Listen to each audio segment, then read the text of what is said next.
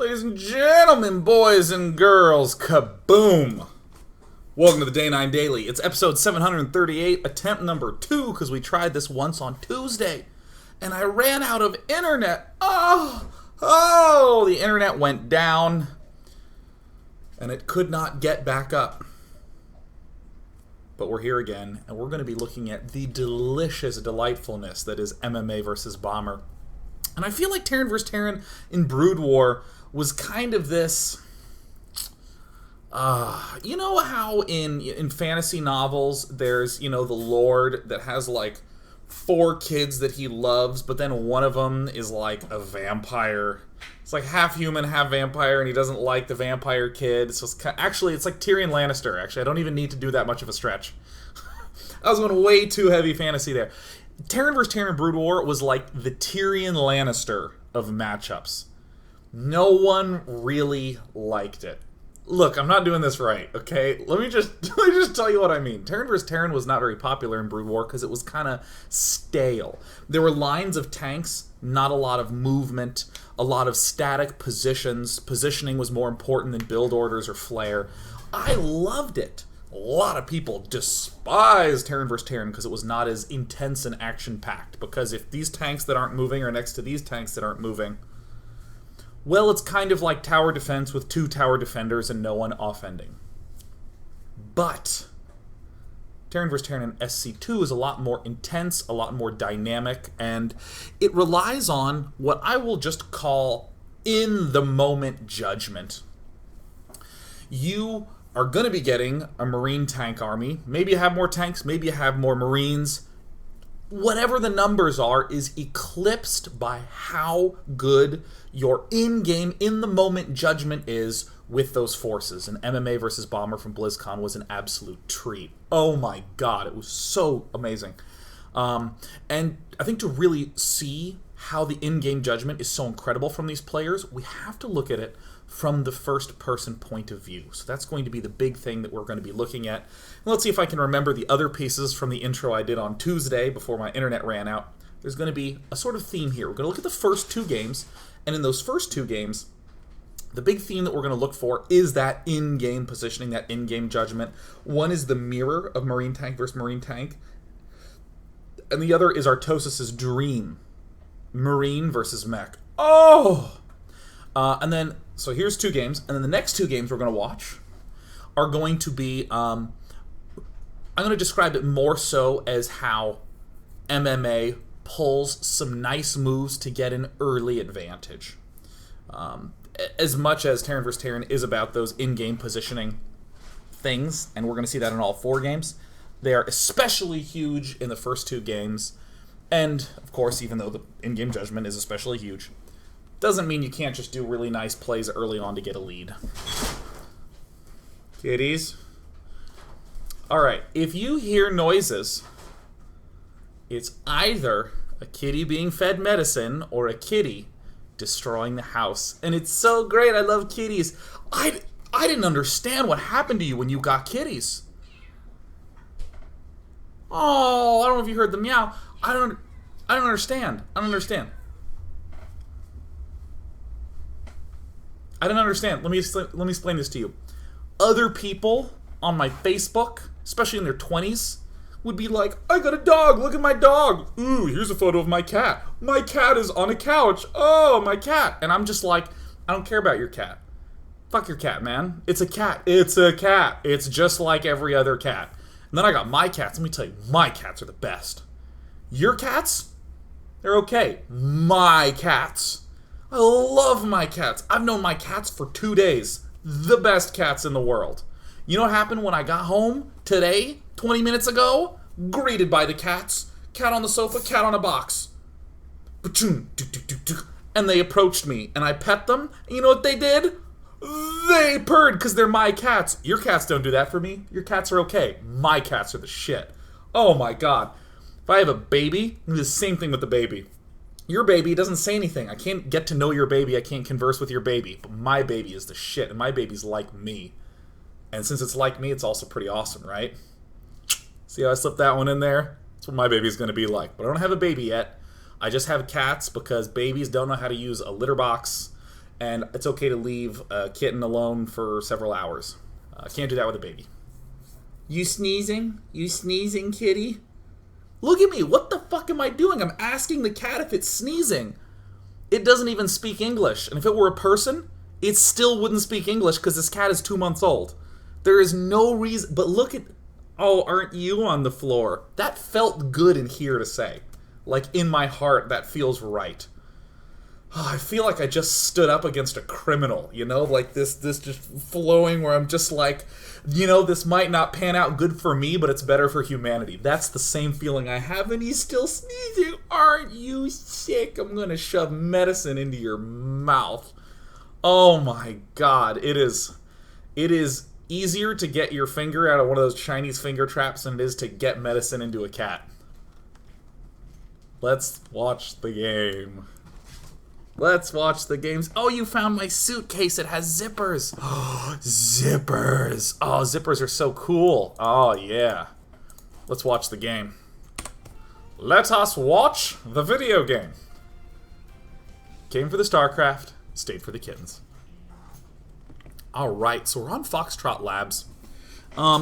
Because I've already wasted a tremendous amount of time talking about the cats...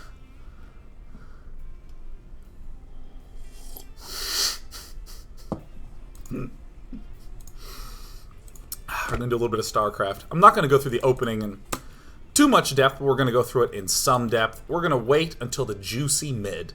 And one of the things I just want you to be aware of, I'm going to mention it some, but I want you to notice, just notice the amount of purple on these command centers early game. A lot of muling, a lot of purple being devoted to muling. Or the way you'll see it is there's not a lot of energy on the orbital commands throughout this game. In the early game, at least. Just in the early game. There's going to be a moment where I'm like, alright everybody, watch now. Okay, so let's talk about the basic openings. They're going gas barracks, which more or less is just a fine move in TVT. I know that there are arguments that can be made for basically any type of opening, but let's be honest. In Terran vs. Terran, the biggest threat that you're going to be facing is the Banshee. That's right, the Banshee. Why can't I zoom in? Oh wait, that's right, because I gotta hit Z. Boom. The Banshee is the biggest threat in the early game. And the reason I say the biggest threat, actually, it's not the biggest threat. I would describe it as the defining threat. The threat of the Banshee is a thing that strongly shapes all Terran vs. Terran play. The only good way to deal with the Banshee is Vikings in the early game. Your Marines don't have stim, they don't have combat shield. They die in 2 shots from a Banshee, they can be kited by the Banshee. You're not really going to be able to defend against the Banshee without the Viking. Reasonably. If you're a Grandmaster player and you have your amazing Marine-only opening with an early expand, you can do whatever you want, that's fine. But for all the rest of us, and for most of the top pros too, you get the damn Viking. So if Banshees can be built fast, and Vikings are the tool to deal with them, well, we may as well just go for a starport fast and get the Banshee out. So we see MMA doing like a pretty common opening, rushing for the Banshee. There's differences in their opening that I'm not going to go into too much detail on. We see another Banshee coming down. We see wall-offs arriving at the front. MMA builds a Hellion reactor for MMA. No such thing for Bomber, because guess what? Bomber's going to go for all the command centers right off the bat. MMA also gets a mine. Now, I think to do the series justice, I have to spend at least a little bit of time looking at this moment here. I like MMA's opening a hell of a lot. Like a super duper duper crazy lot, because it's just safe. If you want someone to steal from MMA. Notice Marines being built 2 at a time before the command center. Uh-oh, it's the sneeze. You do this build, it's just well-rounded. You can get a tech lab add-on if you want and go for tanks and do a 1 base, 1-1-1 push. We have a mine out for posterity. We get a Raven following that up for detection. The Hellion is at the front for just vision grab-a-thing. Bomber's build, he's actually going to be getting another command center in a second here. Don't do Bomber's build unless you already understand MMA's build. Bombers is a very sneaky, deep knowledge of the metagame sort of thing. MMA's is just safe and sound and strong. You know, what we're seeing here is the reason why you kind of need to get the Viking. The Marines can do a little bit of shoving away, but can still get kited. Everyone's more or less doing the same thing. This Widow Mine killed off the Banshee. See, look, another command center. Hooray! Ba-da-da-da-da-da-da. MMA is also getting a second one, but I would describe this one as generally a little bit more of a response. You know, I'll come to here. So the huge point we want to be making in this first game, that we want to be looking at in this first game, is that mid-game positioning. But here's the moment where I just want to stress to you just one more time why it's so great to do MMA's build. You get the Banshee that can see things, it can cloak to just make sure your opponent got the Raven. Over here, MMA just got enough Marines, is just getting the Viking, and then is gonna get the stimmy stuff. It's all great. It's all grand, it's all good. What now? Well, MMA just can look in the base and go, oh, you're gonna go triple command center? Dude, I'm gonna go triple command center. So at 8 minutes, we have passed what I will describe as the opening, and it's more about looking and responding. And I'm going to talk about the long-term game plan for each of these players. Because everything up to 8 minutes, more or less, is just, can I deal little damage? Can I stay the hell alive? And these players have stayed the hell alive. As you can note by the fact that they're alive. So, what now? What do we do? What's the plan, man? Oh, see some scratch in there? Oh, yeah. Oh.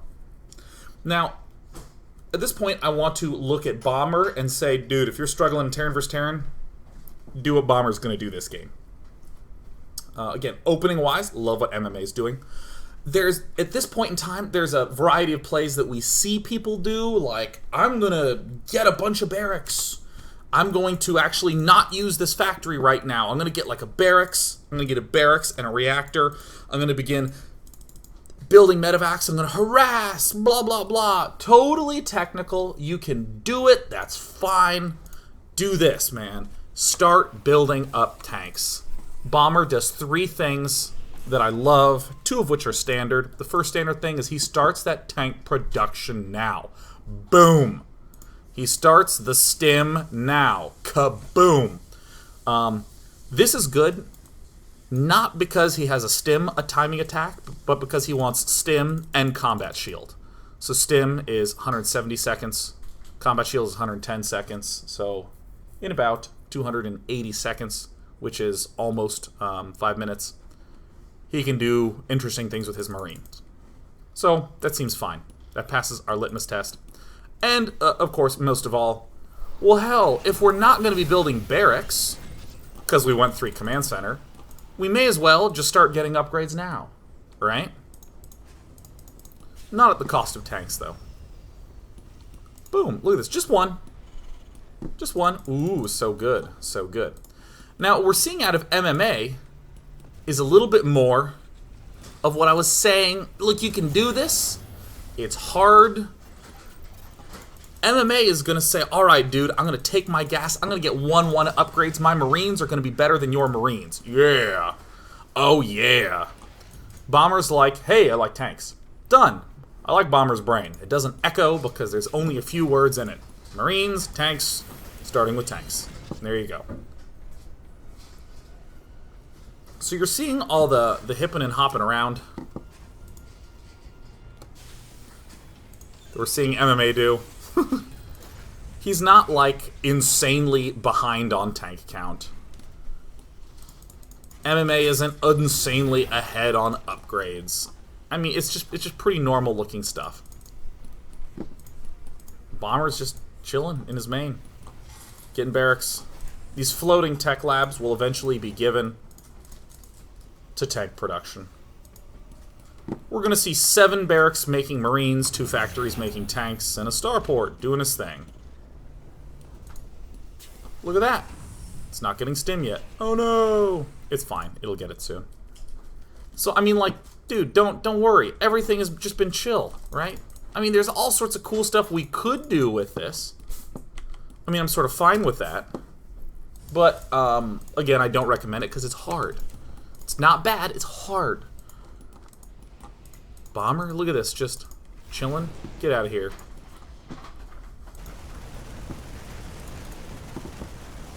Okay. Bomber does his thing. Bomber does this cool move where, I didn't show this. This is just, again, some Bomber appreciation moments. He's sending an empty medevac in here just to check the third. Why? Because the third is the most important thing in all of StarCraft. Holy. All strategy revolves around the third. You can plan what you want to do, how you want to respond by seeing the timings of the third. If there was no third here, there's probably going to be a third here. And if there's no third in either place, well, goodness, this dude is all MFing in. Alright. What is the risk that we make by getting 2 upgrade things so early? This round of upgrades is very costly on the gas. Look at this. We need to get 2 upgrades started. If we don't, we just look dumb. We just look really, really dumb. This is like going through all the work to get a fake ID when you're 20 years old so you can buy booze for your party, but no one showed up to your party. It's a little bit embarrassing. Right here, if you get your engineering base early, you want to use them. And we can see exactly the struggle. MMA kind of wants to start a tank. Already is producing these, so that's fine. But, I mean, the 250 gas we kind of want for tanks really should be going to the engineering base. Yeah. Bomber, in the meantime, is like, dude, no problem. Look at this. Oh, it's 100, no problem. You know what? I'm still making tanks. Cool. We're going to be going up to about 7 barracks. First 5 barracks and 2 factories, and then a little while later, around 7 is what we tend to see. Now, let me once again pull back to 12 minutes, because 12 minutes... Actually, let me pull back slightly earlier than that. Here's what I want you to see, man. Here's what I want you to check out. Look at this orbital command. Look at the bomber cam, dude. See, look at these orbitals. Orbitals, pretty low. They're gonna start muling like crazy. Boom, boom, boom. So low. Hey, what's going on in MMA's side of things? Look at that. Mules. Oh, look, so many mules. Oh, this guy is soon enough going to be, like, doing so many things with mules. There's movement out here. Don't even worry about that, man. Don't even worry. We gotta come back to the all cam. Here is where things are gonna begin to get kicking into action. Remember what I said I loved about Bomber? Yeah, that's right, kitty. Meowing's really important. Better do the meowing. Oh, kitty meow. Kitties. Oh, kitties. Okay. Remember this, how I said, it's great that Bomber's getting started early. Not because there's any stim attack that's coming up, but because stim and combat shield are going to finish at the same time. Woo! Let's look at the unit count. Only real difference is going to be right here. MMA has better upgrades on his Marines. Bomber has more tanks. Do what Bomber does. Why? Because it's easy. Here's where things are going to get real sexy. Here comes the push. Here comes the entire point of this part, of the second part of this daily. The in-game positioning, decision-making, judgment. The in-game stuff. How do you get this set of units to kick the most amount of ass? Meow. Meow. So first and foremost, we just have a few Marines moving forward and spreading out. This is kind of hard to do, to send a lot of Marines out. If you can't handle sending out 7 or so, just send out 3. Not a big deal. Just doing some glances, and of course you see Bomber willing to pull back. Notice how he's gobbling up some vision. Here we're starting to see some of that purple. Some of that purple stuff. Here's where we're actually beginning to see it. Let's look at the beauty that is Bomber's vision. Look at this, he's just waiting.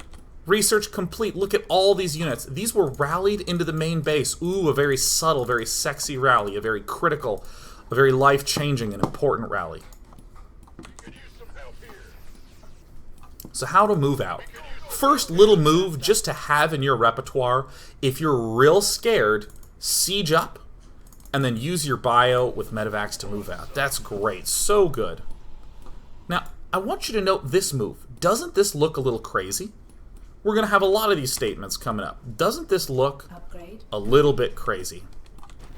Doesn't that look a little bit nuts? I want to take a look at this move before it got this far. Actually, I may as well just drag back.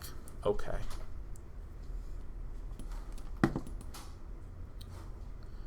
Yeah, I think this is fine.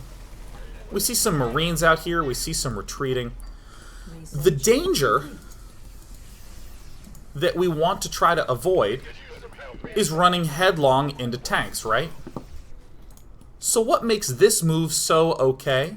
Well, it's the fact that Bomber, if we go to his camera, he's like looking right at the Marines, basically. I mean, he's doing all the pro gamer-esque, get the extra supply depots, but he really is just looking. There we go. He really is just staring straight at these Marines. He's also leading with a few that are stimming. And this is something that I just love with Bomber and that we see throughout the whole series, is he just moves really far forward. He's just not really assuming that there's going to be tanks sieged here.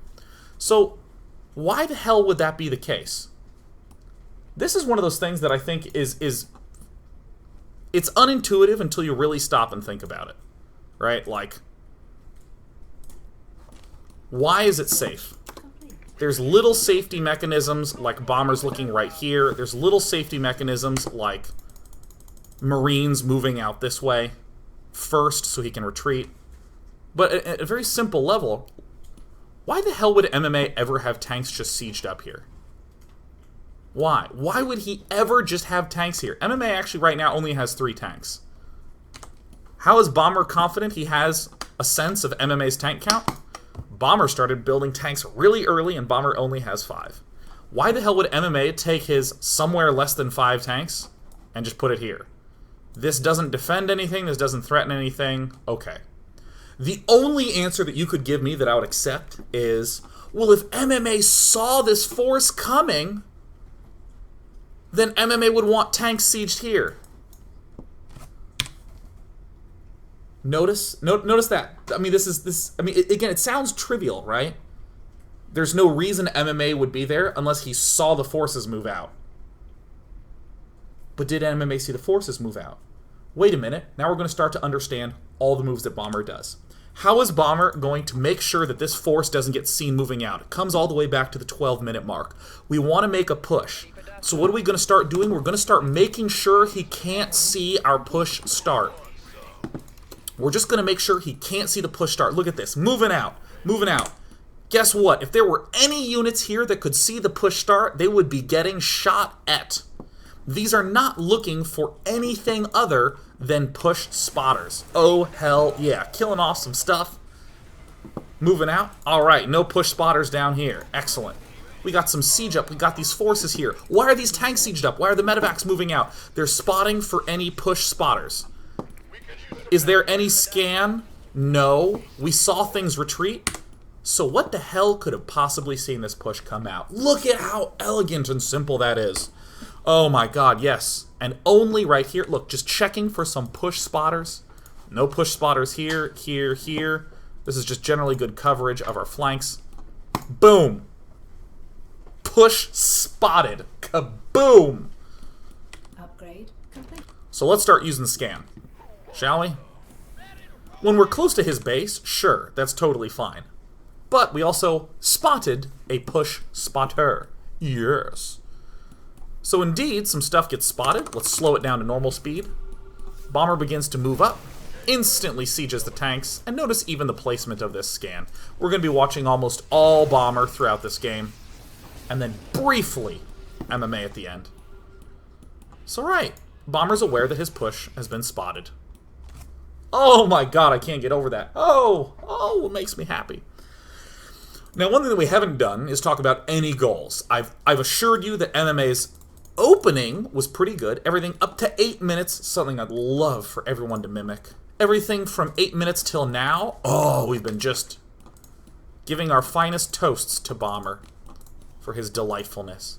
And most delightfully of all, gorgeous, gorgeous, gorgeous movement with these troops, right? That's what we've done so far. But